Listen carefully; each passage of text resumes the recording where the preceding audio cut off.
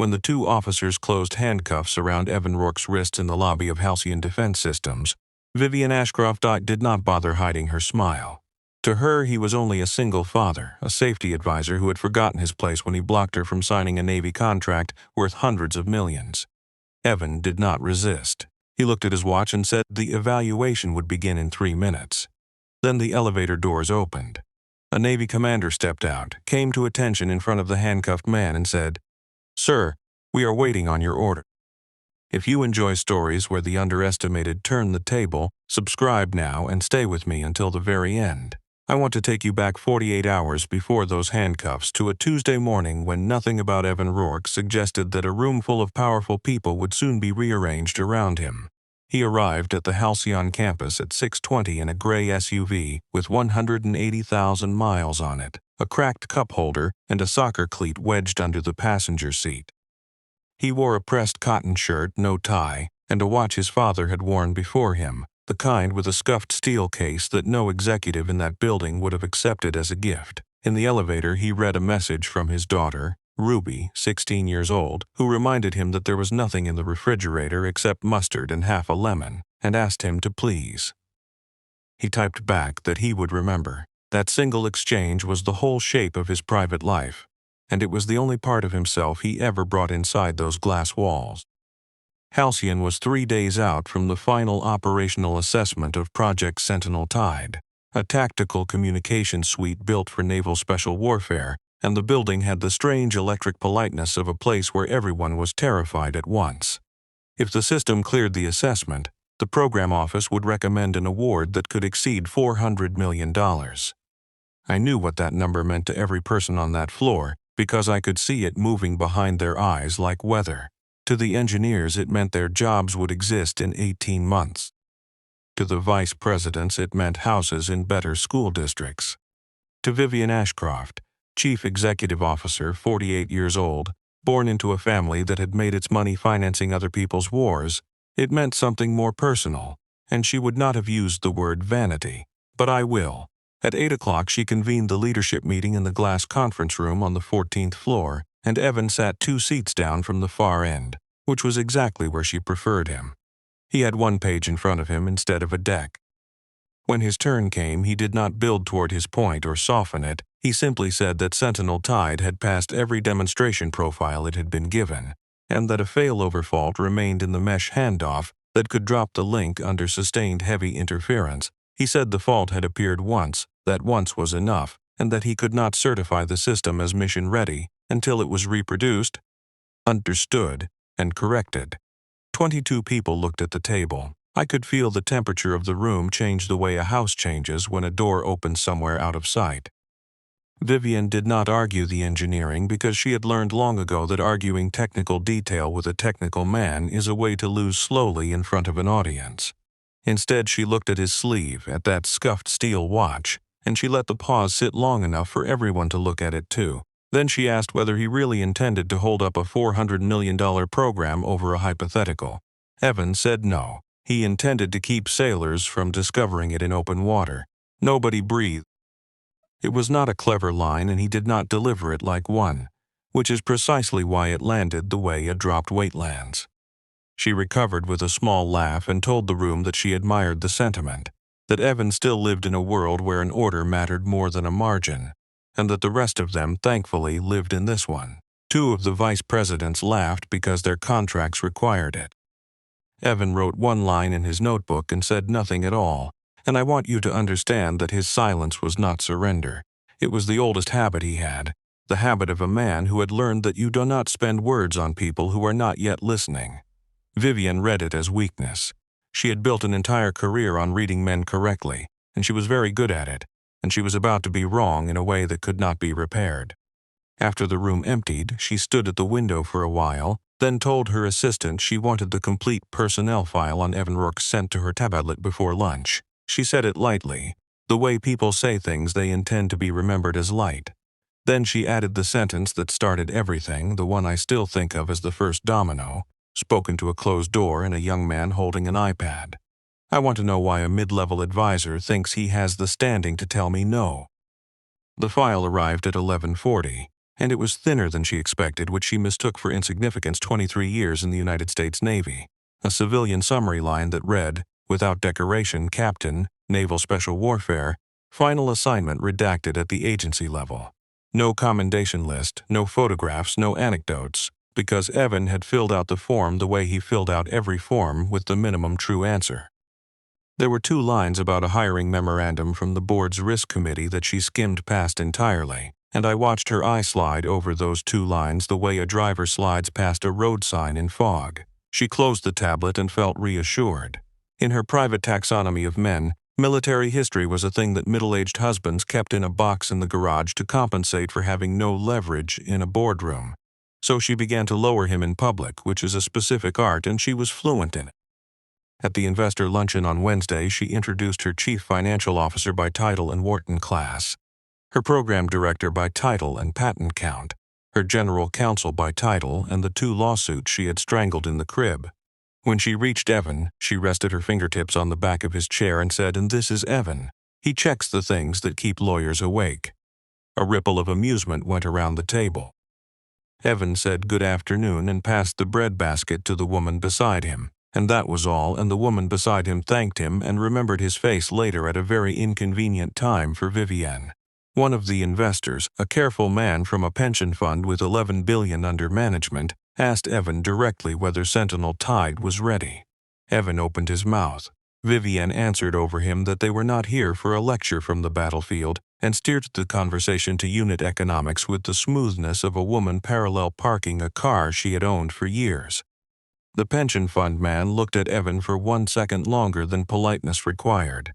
I noted that second she did not. Afterward, she brought Evan into the small private office behind the executive dining room, the one with no glass, and she put a single sheet in front of him.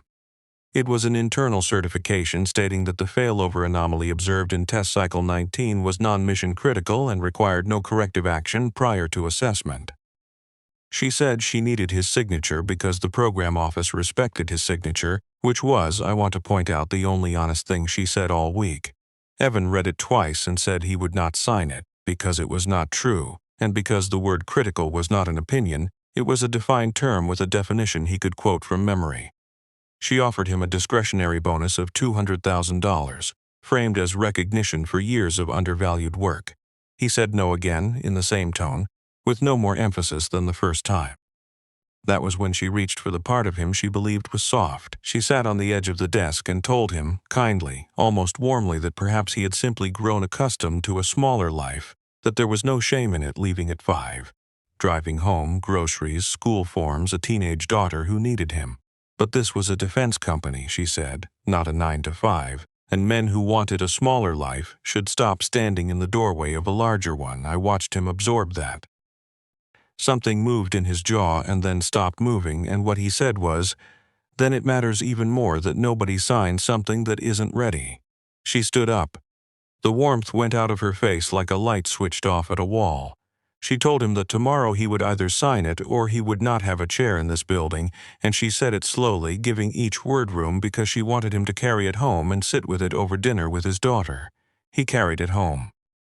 He made pasta with a jar of sauce and grated too much cheese into it because Ruby liked it that way, and he asked about her chemistry test and listened to the whole answer. At 9:40 he sat down at the kitchen table with his company laptop and did not open anything he was not authorized to open, and I want to be very precise about that, because everything that followed depended on it. He pulled the test report chain for Sentinel Tide from the compliance repository, where he had standing access as an operational risk advisor, and he read the versions in order the way you read the rings of a tree. The original bench record from test cycle 19 was unambiguous. Under sustained broadband interference, the mesh handoff had failed and the link had remained down for 47 seconds. 47 seconds is a number with a body attached to it, and every man who had ever waited on a radio understood that. The document prepared for delivery to the program office described the same event in 6 words. Temporary connectivity variance, resolved at bench. Someone had not deleted the finding. Someone had translated it, which is worse, because deletion leaves a hole a person can find and translation leaves a sentence a person will believe. Evan checked the revision metadata and saw the change had been entered at 4:18 on a Monday afternoon, 40 minutes after a calendar block titled Program Alignment, Executive Suite. He did not draw a line from that meeting to Vivienne's hand on a keyboard, because he had spent his life learning that the difference between a conclusion and an assumption is measured in other people's lives. He wrote nothing accusatory. He copied nothing to a personal device. He did not photograph a screen. At 10:52 he sent one email to Mara Ellison, 41, General Counsel, a woman who had spent 9 years being professionally unsurprised. He requested an immediate litigation and audit hold on all Sentinel Tide test artifacts, revision histories, and associated correspondence, citing a material discrepancy between bench findings and delivered documentation, and he copied the Board Risk Committee mailbox exactly as his engagement terms required. Then he closed the laptop, washed 2 plates, and went to bed. That email was not a weapon. It was a fence post, driven into ground that was about to move. Mara read it at 11:15 from her bed, sat up, read it again, and executed the hold at 11:22. Because whatever else she was not going to be the lawyer who received that message and slept on it. By 7 the next morning, Vivienne knew, because the hold notification suspended a document workflow her office was waiting on, and workflows are how a large company screams. She was not frightened. That is the part people misunderstand about her. She was insulted. She read the legal hold as a résumé, a man building a paper record to protect himself from a termination he could smell coming, and she had watched 3 men try that in 20 years, and she had outlasted all 3. She called the head of information technology at 7:40 and instructed him to prepare Evan's account revocation, badge deactivation, and device wipe, all to execute the moment the morning leadership meeting adjourned. She used the word housekeeping. What she did not do was read the 2 lines in his file she had skimmed the day before. Evan Rourke was not a Halcyon employee in the way her vice presidents were employees. 18 months earlier, after a supplier falsification matter that had cost Halcyon a small program and nearly cost it a very large customer, the board had created an independent operational risk advisor position and had recruited Evan into it directly. His engagement agreement was countersigned by the chairman of the risk committee. It gave him unilateral authority to escalate, an obligation to report findings to the committee without executive review, and protection from removal from any active assessment except by a vote of that committee. She could take him off her leadership team. She could take away his parking space. She could not end his mandate, and she had been sent the document twice. At 11 o'clock that night, Evan's phone lit on the nightstand with a message from Conrad Sterling, 64, chairman of the board, a man who wrote like a telegram because he had learned to speak in a decade when long sentences cost money. Do your job tomorrow. Whatever she says. Thursday morning she made it a public execution, and I have thought a long time about why, because the private version would have served her interests better. I think she needed the room to watch. I think a woman who had built her authority out of other people's deference had begun to feel a hairline crack in it, and the only repair she knew was a demonstration. She convened every senior manager on the program, 21 people, in the 14th floor conference room at 8 sharp. No coffee service, which everyone noticed. She slid the certification across the table to Evan and said one word, "Sign." He picked it up. He read it fully, every clause, which took 90 seconds of absolute silence that she had not budgeted for and could not interrupt without looking small. He set it down unsigned and said, "No, ma'am." She leaned back and said, "Then we're finished here." She announced that Evan Rourke was removed from Project Sentinel Tide effective immediately, that his account was suspended as of that moment, and that his credentials were void. A young man from information technology in the corner tapped 4 keys, and Evan's 23 years of institutional memory went dark on a screen he could not see. She asked her assistant to bring in a box. It was a copier paper box with the lid torn off, and she had it set on the table in front of him, in front of 21 people, so that he would pack it there. Nobody spoke. I have been in rooms like that, and the silence has a taste. A senior systems engineer named Doyle stared at his own hands with an expression I would call grief. The program director looked at the ceiling. Mara Ellison, who had arrived late and did not sit down, and she was already doing arithmetic that would not favor her chief executive. Then Vivienne said the sentence that she would hear repeated back to her verbatim in a boardroom, in a deposition, and in her own kitchen at 3 in the morning for years. "You used to command people, I understand that. Maybe that's why it's so hard for you to accept that you're no longer the most important person in the room. Evan put a photograph of Ruby into the box and a coffee mug and a small brass compass with no story attached to it that anyone in that building knew. He did not beg. He did not mention a rank or a coast or a night in a place none of them could pronounce.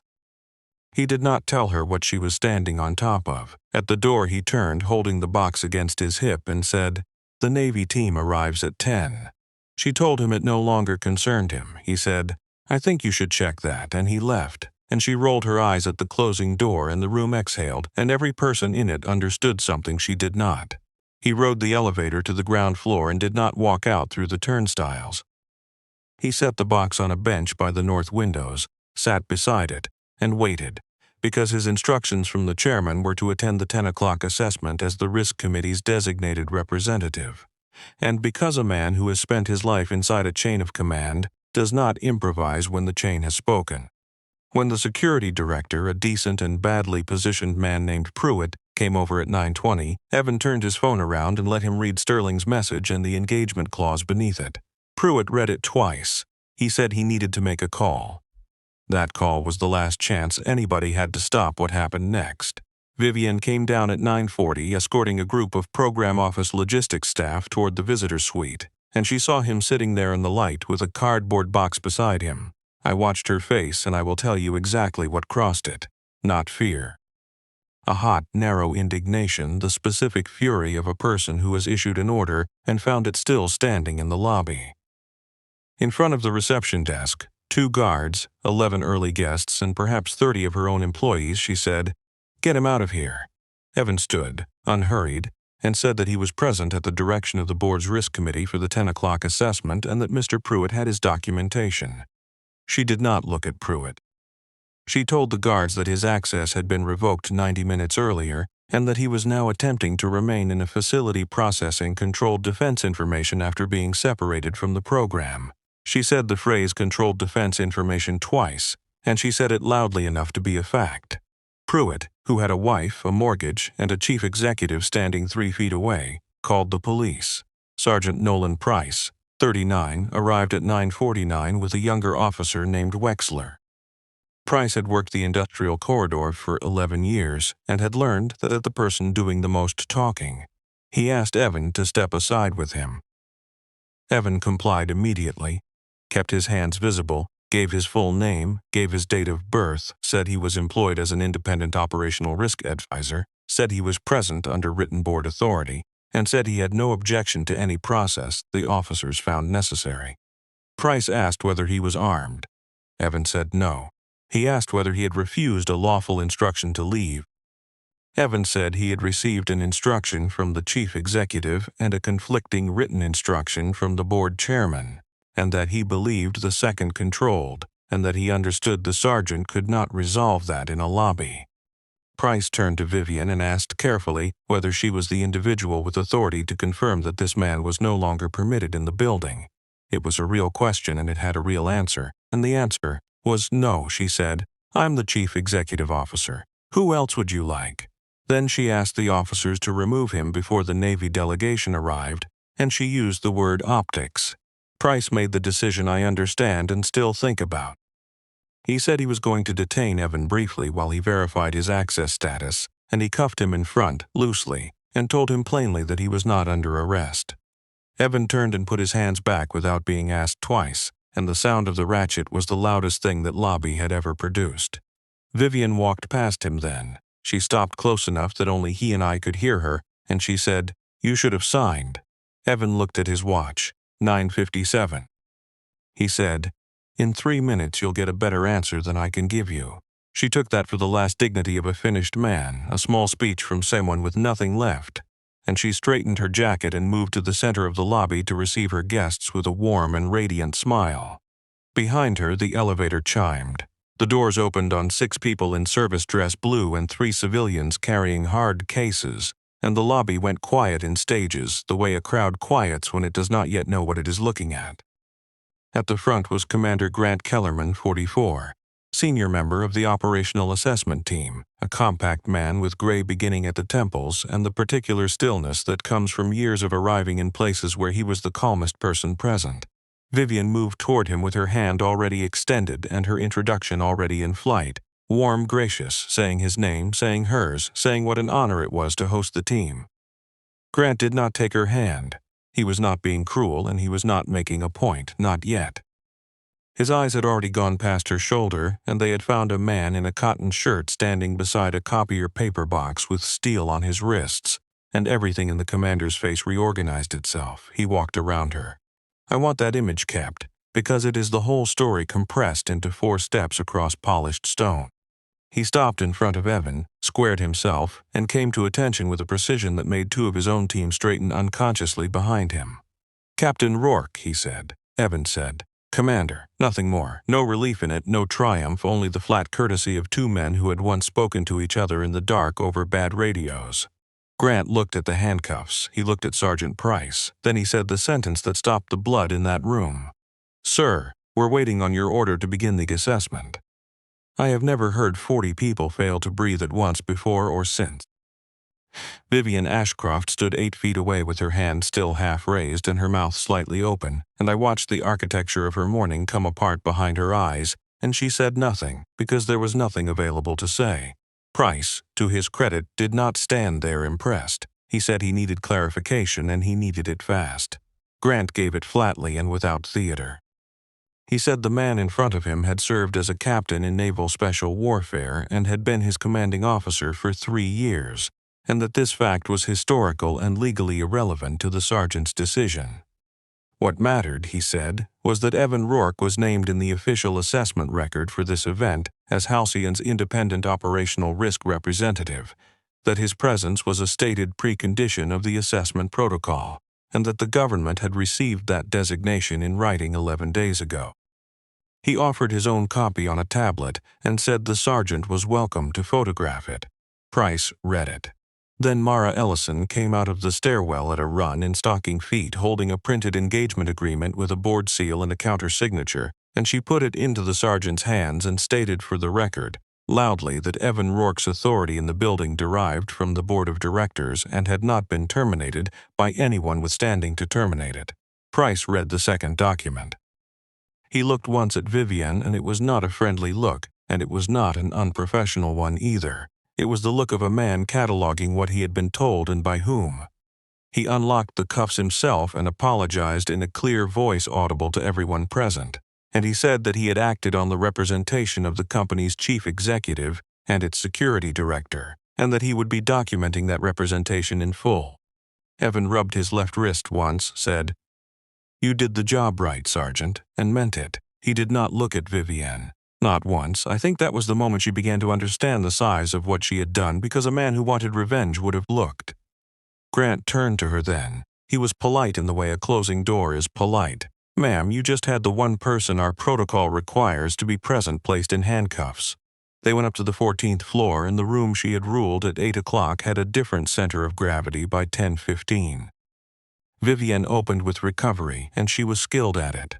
She called the lobby an administrative misunderstanding, described a badge system that had been overzealous during a routine reassignment, apologized for the discomfort caused to a valued colleague, and suggested they proceed. Grant did not argue with a single word of it. He simply turned his chair slightly and asked Evan whether the assessment could proceed. Evan said yes. If we're using the original data, she should have let 7 seconds pass. Instead, she said immediately that of course they were using the original data, that the delivered package was the validated record, and that any suggestion otherwise was a misunderstanding of the documentation process. It was her second fatal instinct in 2 hours, and it was the same instinct as the first, the belief that a room belongs to whoever speaks with the most confidence. Grant set down his pen. "Is there a data set that differs from the one we received?" The silence that followed had physical weight. Nobody at that table would look at their chief executive, and their not looking was the answer. Evan did not accuse her. He asked Mara Ellison to state the record, which was both correct procedure and the most devastating available choice because it meant the words came from Halcyon's own lawyer. Mara stated that a litigation and audit hold had been executed at 11:22 on Tuesday night, that it was based on a material discrepancy between the bench record of test cycle 19 and the delivered summary, that the bench record documented a 47-second loss of link under sustained interference, and that the delivered document characterized the same event as a temporary connectivity variance resolved at bench. She added that the revision had been entered from a program account 40 minutes after a meeting in the executive suite, and that the hold preserved the authorship chain. She did not name Vivienne. She did not have to, and everyone at that table understood that a general counsel who declines to name her chief executive while reciting the timeline of her chief executive's calendar has already chosen a side. Grant asked for a suspension of the assessment. He did it in the voice of a man reading a weather report. Vivienne lost her composure for the first time in the entire story, and she turned on Evan and said, "You're destroying this company to prove that you were right." Evan answered without raising his voice, "If an honest report can destroy the contract, the report isn't the problem." What happened next was the thing she could not have anticipated, and it was not an accusation. Grant leaned back and told the room a short story. 9 years earlier, he said, he had been a lieutenant preparing for an insertion in weather that was closing, and the captain in charge had stopped the deployment because a communications relay had failed, a redundancy check, twice in a row. Grant said he had been furious. He said 2 other officers had formally objected. He said the delay had cost the unit a window and had cost the captain a great deal of standing with people who mattered to his career. 11 days later, the fault was reproduced on the bench, traced to a thermal failure in a power module, and corrected across the fleet. Grant looked at Vivienne and said, "That is why my people still trust his signature. It's not the rank." I watched her finally arrive at the understanding she had been outrunning since Tuesday. Evan Rourke did not have power because of an old title. He had authority, which is a different substance entirely, and he had accumulated in the least glamorous way available to a human being, one refusal at a time, in rooms where refusing was expensive and nobody clapped. The next blow was not military and it was not loud, and that is precisely why it worked. Grant did not threaten anyone. He read out the procedural consequences the way a doctor reads a chart. Under the assessment protocol, the Sentinel Tide evaluation was suspended pending 4 conditions: verification of the complete test data chain against the bench records, identification of the authorship and approval path of the amended language, documented assurance that Halcyon's compliance process had not been subject to executive interference, restoration of the independence of the risk function in writing to the government's satisfaction. The program director asked quietly what that meant, the award cycle. Grant said the award cycle would proceed on schedule with the systems that were ready. No stock collapsed that morning. No sirens. The whole $400 million simply began to drift away from Vivienne Ashcroft, a ship leaving a pier while you are irreversible in the dock explaining yourself. Then Grant said the sentence that took the color out of her face. "We can't recommend an award for a system whose data chain is in dispute." She asked Evan for 5 minutes alone, and he gave them to her in the small office behind the executive dining room, the same room with no glass where she had offered him $200,000 on Wednesday. She closed the door and she called him, for the first time in 18 months, by a name she had never used. "Captain Rourke," he said. "Even is fine." She offered him everything at once, the way people do when they have stopped choosing. Immediate reinstatement, a title with the word chief in it, equity, a public statement praising his integrity. All he had to do was tell the commander that the lobby had been a badge malfunction, an unfortunate sequence, nobody's decision. "Just that one softening," she said. "Just that." He looked at her for a moment, and I think he felt something close to pity, which she would have found more insulting than contempt. He said, "I don't need an apology from you to be all right. I need you to stop editing what happened." Then he opened the door. Her phone buzzed in her hand as she stood there in the small office.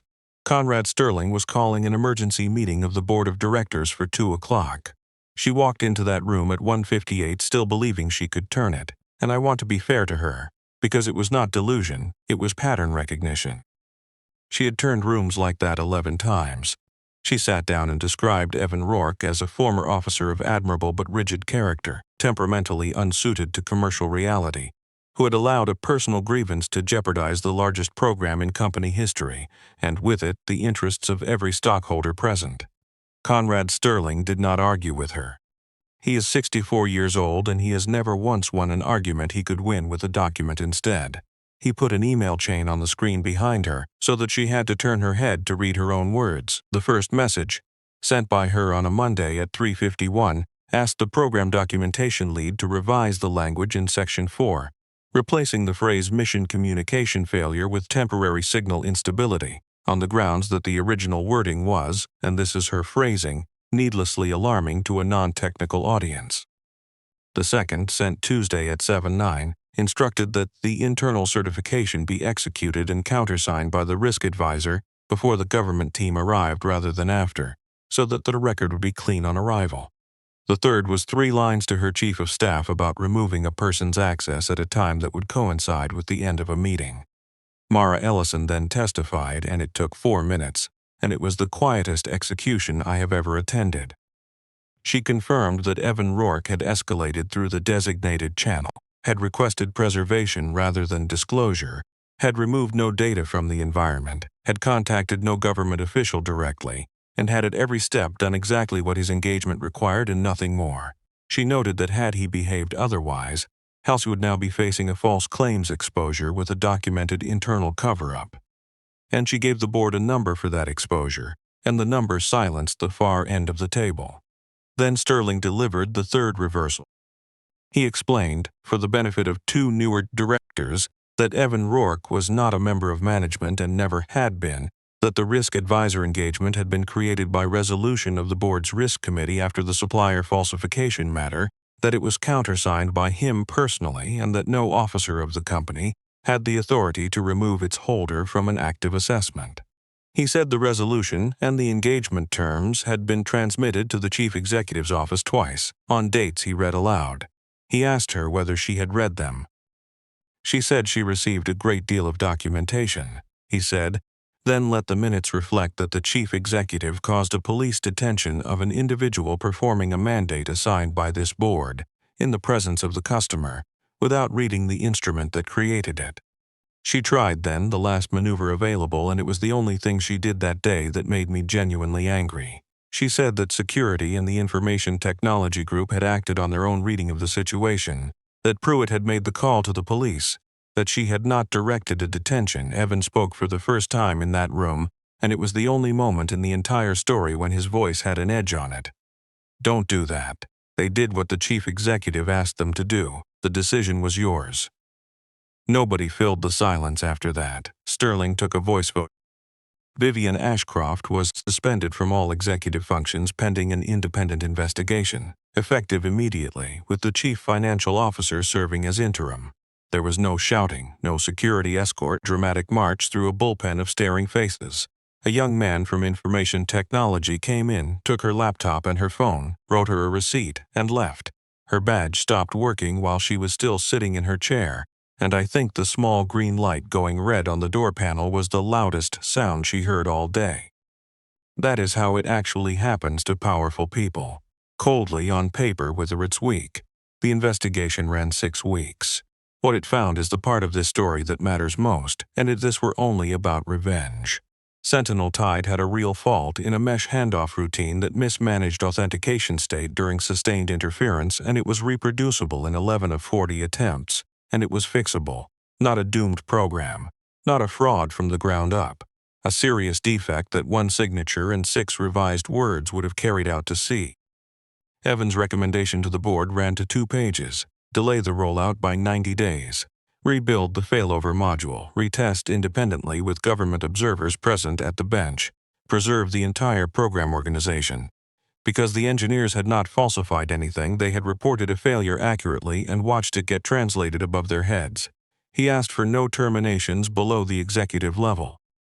Because he did not use his position to punish the company, 410 engineers, technicians, and machinists did not pay for one woman's decision, and I would like that fact to sit next to every clever line in this story. The Navy agreed to reconvene the assessment once the system cleared independent testing.